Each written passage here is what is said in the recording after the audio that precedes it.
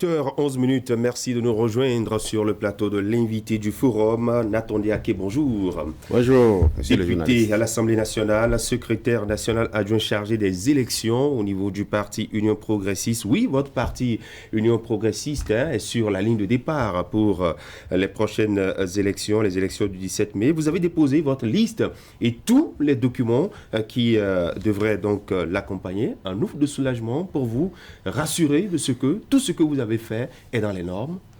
Bien sûr, permettez-moi d'abord de saluer les auditrices et auditeurs qui nous écoutent et les téléspectateurs et téléspectatrices qui nous suivent actuellement. Habitué à parler sur des radios. Bon, parce que je sais que d'habitude, vos émissions sont synchronisées avec Fraternité FM. Donc c'est pour ça que j'ai pris tout le monde en même temps en compte.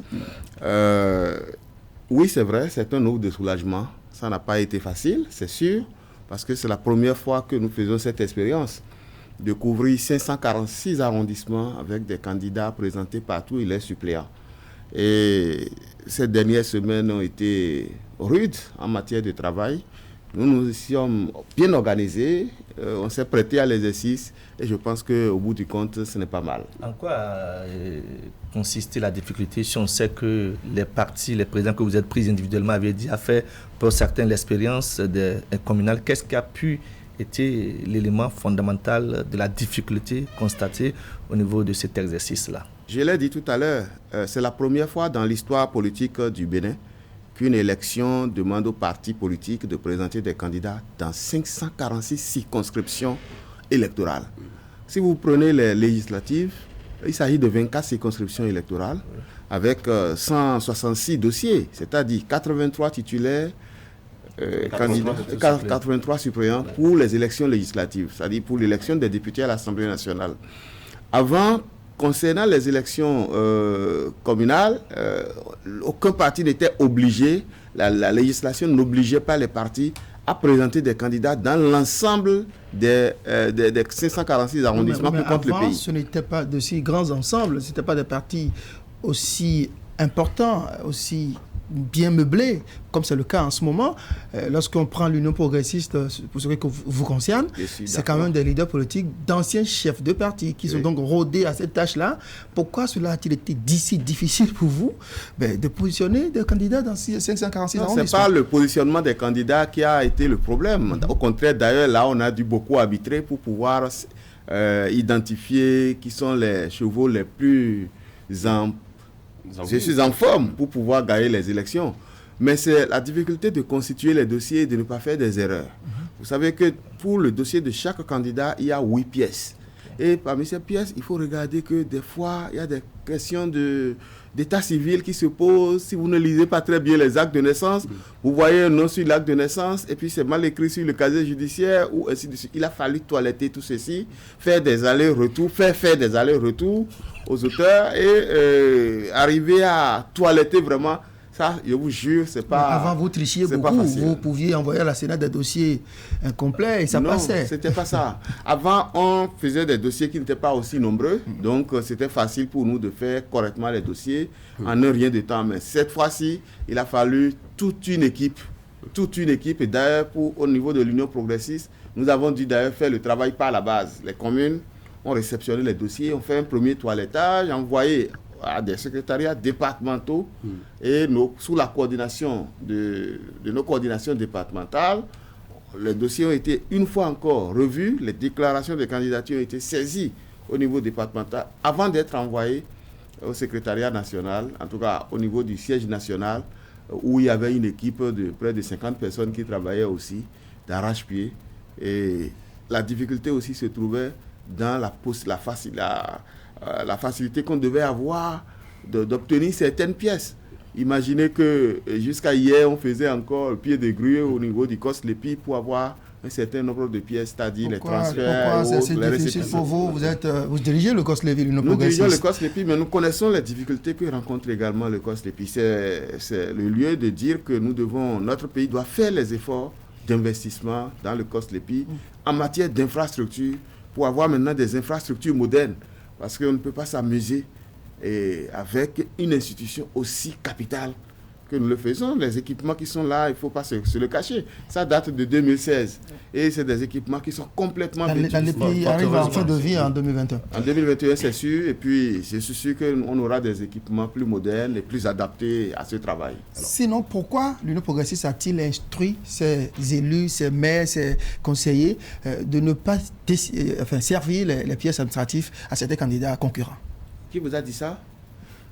À aucun moment d'ailleurs, une telle plainte n'a été portée à notre niveau.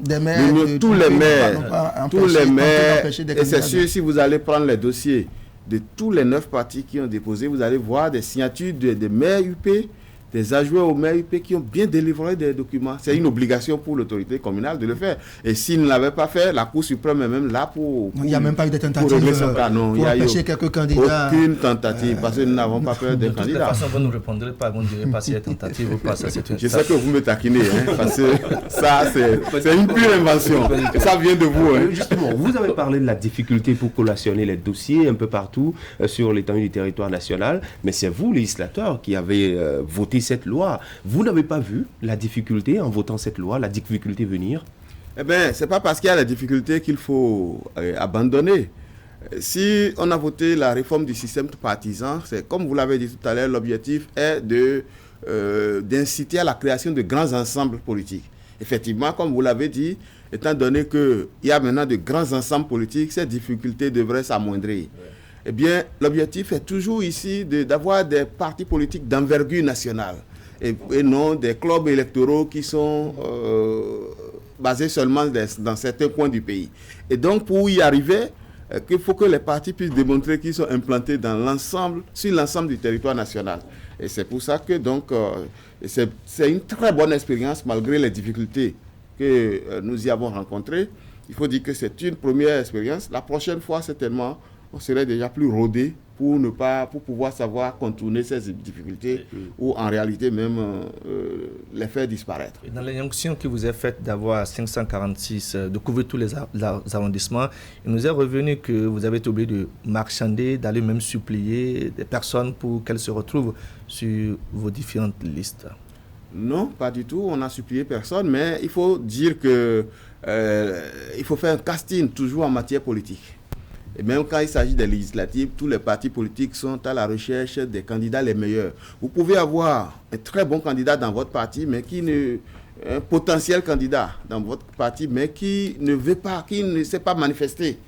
Dans ce cas, lorsque les enquêtes, ou bien, en tout cas, un certain nombre de paramètres montrent qu'il est l'homme idéal, le parti peut lui faire appel pour dire, bon, mais malgré que vous n'ayez pas déposé de dossier, nous vous demandons d'en déposer parce que vous êtes notre cheval partant. Et parlant justement de chevaux partants ou pas, qu'est-ce qui a, je dirais, arbitré le positionnement sur les listes électorales? Parce que semble-t-il, il s'est posé un problème de leadership, ce sont les députés qui vont positionner, ce sont peut-être les ministres membres de ces formations politiques, au point d'ailleurs d'avoir des maires qui sont retrouvés complètement en difficulté dans le positionnement. Comment ça peut se passer? Non, en réalité, qui a géré tout ça? Les positionnements ont été faits depuis la base, parce qu'il a été mis au niveau de l'Union progressiste. Nous avons mis en place des coordinations au niveau de chaque commune pour remonter d'abord au niveau départemental des propositions de listes. Donc, des travaux ont été faits au niveau de chaque commune. Et ces coordinations étaient composées d'une dizaine de personnes, disons 11 personnes. Et c'est les propositions venues de ces communes, de ces coordinations qui, à 80%, ont été les listes que nous avons déposées. Il y a eu au niveau départemental, au niveau national surtout, quelques ajustements. Le niveau départemental n'a pas joué. Le niveau départemental s'est contenté de regarder les pièces, mais au niveau national, il y a eu des ajustements normaux, parce qu'il faut tenir compte de beaucoup de paramètres quand il s'agit de faire des positionnements, aussi bien la géopolitique et bien d'autres choses. Et puis quand un candidat choisi au finish, on voit que son dossier n'est pas complet. Si par exemple on se rend compte que le candidat n'est pas inscrit sur la liste électorale, on est obligé de le déclasser parce que parmi les pièces exigées par la Sénat, il y a la carte d'électeur. La coordination départementale du ZOU vous a demandé de la débarrasser d'un de ses candidats, ou celle du littoral vous a proposé plutôt d'aller lui chercher un oiseau rare? Eh bien, moi je pense que chacun décide de là où il veut être candidat. Et quand vous remplissez les conditions pour être candidat, là, vous pouvez bien être candidat à ce niveau. Et donc, on ne nous a pas demandé. Le camarade dont vous parlez a choisi lui-même d'être candidat cette fois-ci à Cotonou. Et, vous n'avez pas trouvé mieux pour battre vos adversaires, pour battre le Bloc républicain à Cotonou? Est-ce que vous pensez que notre seul adversaire à Cotonou, c'est le Bloc républicain? Je ne crois pas. Justement, parlons-en. FCBE est désormais prend part à cette élection. Qu'est-ce que ça implique chez vous? Non, c'est très heureux. C'est très heureux. Moi, j'étais très content. Et l'ambiance qui a prévalu hier au niveau de la Sénat était une très bonne ambiance et augure d'un avenir meilleur pour notre démocratie. Tous les partis politiques étaient venus déposer leurs dossiers. Le souhait est que tous ces dossiers-là soient de bonne qualité et que tous ces partis puissent participer afin qu'on ne parle plus d'élections monocolores. Le match ne sera plus amical. Non, il n'y a pas de match amical. On n'a jamais souhaité qu'il y ait de match amical. On n'a jamais souhaité, en tout cas moi personnellement et mon parti ne l'a jamais souhaité. Il faut aller à une élection, il faut compétir et pour montrer ses propres résultats. Voilà. Qui redoutez-vous parmi les 8 autres partis? L'Union progressiste ne redoute qu'elle-même. Pourquoi? Parce que nous sommes convaincus que nous sommes le premier parti politique du Bénin et la seule formation politique qui peut vraiment concurrencer l'Union progressiste, c'est encore l'UP. Vos amis du Bloc républicain ont beaucoup recruté, ils se sont renforcés pour cette élection. C'est leur politique, je ne vais pas me prononcer là-dessus. Pourquoi l'Union progressiste n'attire pas autant que le Bloc républicain? Non, ce n'est pas une question d'attirer ou pas, il faut être sérieux. Parce que l'obésité peut aussi coûter très cher, quelquefois. J'en ai fini. En politique, oui. Est-ce que vous est arrivé de faire, c'est vous qui avez proposé les dispositions nouvelles qui instituent les 10% à voix plan national. Est-ce que vous est arrivé de faire déjà ce débat-là avec les militants parce qu'il est quand même, il sera possible qu'un candidat soit certainement élu par les populations à la base et qu'au nom des 10% qui ne se retrouvent pas déclarés élus, est-ce que ce travail est déjà fait ou est-ce que vous avez peur d'emboucher cette trompette puisque c'est vous qui nous filez cette patate chaude-là? Non, c'est la disposition des 10% de voix à obtenir sur les suffrages exprimés au niveau national. C'est une disposition qui date des élections législatives dernières. Exactement. On l'a déjà expérimenté. Un parti politique, pour montrer son envergure nationale, doit montrer effectivement qu'il est en mesure de présenter des candidats partout, mais qu'il n'est pas un menu fretin, qu'il n'est pas un club électoral, qu'il n'est pas seulement basé dans un arrondissement ou dans une commune. Et donc, si un parti politique réussit des élections dans un arrondissement, mais n'arrive pas à montrer qu'il a la capacité d'avoir les 10% au plan national, il sait d'avance, parce que les règles du jeu sont définies bien avant, que son candidat qui est élu dans tel arrondissement ne sera pas proclamé élu. D'ailleurs, ces voix ne seront pas comptées parce que le parti n'a pas réussi à avoir les 10%. C'est pour ça que vous avez vu ce branle-bas où tout le monde voulait être dans des partis, des formations politiques capables d'engranger les 10%. Et si nous avons 9 partis politiques actuellement, si vous faites 100% divisé par 9, ça fait quand même 11%. Donc si tous les partis là, linéairement se partageaient les voix, et chacun d'eux peut avoir au moins 10%. Ce qui n'est pas du tout facile, ce n'est pas aisé d'avoir 10% au plan national. Donc, mais les partis qui réussiront à avoir 10% au plan national sont ceux qui vont participer au partage des sièges. Ça, on le sait d'avance. Ce n'est pas une nouvelle disposition qui est venue maintenant au moment où on veut aller aux élections. C'était déjà dans la loi qu'on a voté. Et la loi, même si elle est dure, elle reste la loi. Et vos électeurs ont eu le temps d'être sensibilisés à propos? Bien sûr, je pense que tout le monde est au courant de cette affaire, et surtout grâce à vous les journalistes aussi. La loi a été suffisamment vulgarisée. Dans les conditions d'une élection ouverte, comment l'Union progressiste pourra-t-il avoir, le parti Union progressiste pourra-t-il avoir les 10% PRD, FCBE désormais dans la course? Vous imaginez que l'Union progressiste puisse rater les 10%? C'est facile d'être premier parti politique avec des législatives à deux. Non, mais je pense que cette imagination est un peu trop fertile à mon avis. Parce que l'Union progressiste, même si vous prenez les législatives qui ont été largement boycottées, si vous prenez le nombre de voix que nous avons obtenues, cela dépasse déjà largement les 10% de l'ensemble des électeurs, même si tout le monde avait voté, s'il y avait eu 100% de taux de participation. Première chose. Deuxième chose, si vous regardez le nombre de militants inscrits sur la plateforme, qui sont des militants qui ont leur carte d'électeur sur la plateforme de l'Union progressive, ça fait quand même près de 500 000. Et puis nous sommes déjà rien qu'avec nos militants à 10% de l'électorat. Et les militants ne sont pas les seuls électeurs. Ça, je préfère vous le dire parce qu'il y en a qui élisent, qui sont des sympathisants, mais qui n'ont pas fait la formalité d'adhésion au parti, qui n'ont pas besoin d'être membres du parti avant de vous élire. Maintenant que c'est déposé, les dossiers, André, vous permettez l'agenda de l'Union progressiste?